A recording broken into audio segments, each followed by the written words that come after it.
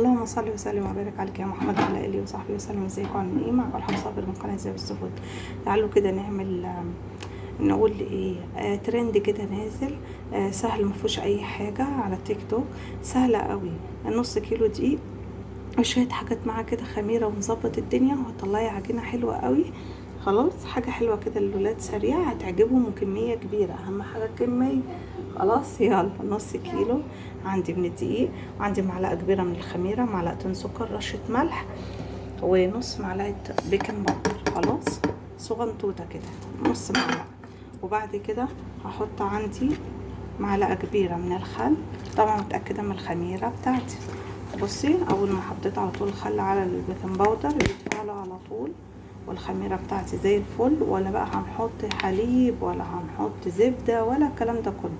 وهبدا بقى انزل بمعلقتين من الزيت بتوعي. خلاص، معلقتين اتنين، يعني الدنيا بسيطه واسهل من كده مفيش.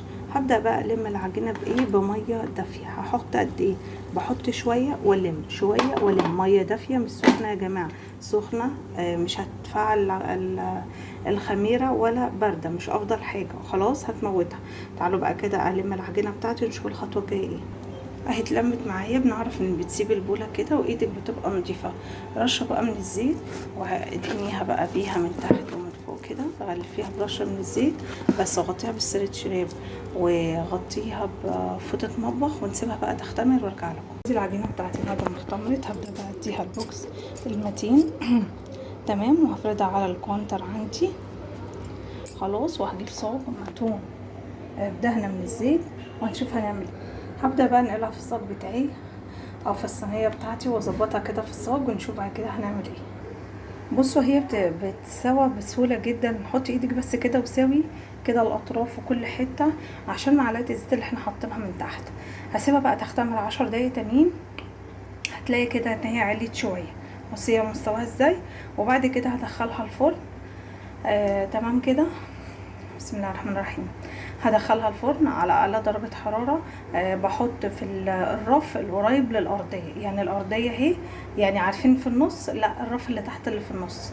خلاص، على اعلى درجه حراره زي ما الفرن يبقى شغال من قبلها ب10 دقايق، ونشوفها بعد ما تخرج عامله ازاي. طلعت معايا بالجمال والقمر دي. هبدا بقى اعمل ايه؟ هحط بصي بقى، يا اما تحطي نوتيلا، يا اما تحطي تعملي جناش شوكولاته، يا اما دي كانت عندي. ده عباره عن ايه يا جماعه؟ اللي عارفين النوتيلا الاقتصادي اللي انا عاملاها معاكم في البيت، هنزل منها ما شاء الله، ده اخر برطمان عندي، هنزل منها كده بقى موفره جدا، وهغرق الوش بتاعها. ايه رايكم بقى في الجمال والحلاوه دي؟ ما شاء الله، خفيفه حلوه قوي. بصوا، قمر قمر. وبصوا الكميه ما شاء الله، حاجه حلوه كده ولذيذه وسريعه. طبعا بعد ما تحطي الشوكولاته ده، كان نفسي اوريهولكم يا جماعه، او النوتيلا الاقتصادي دي، بجد بجد ما شاء الله نفعت معايا قوي قوي قوي، يعني ما شاء الله. بصوا الكميه، حتى بصوا لونها عامل ازاي، روعه. اتمنى تجربوا الطريقه، سهله وبسيطه، طعمه حلو قوي، خفيف، فعلا يستاهل ان هو يطلع ترند بقى للتيك توك او ايا يكن. ولو عجبكم الفيديو متنسوش تشتركوا في القناه وتفعلوا زر الجرس. كانت معاكم الحب صابر من قناه زي السفود، وشكرا، والسلام عليكم ورحمه الله وبركاته. باي باي.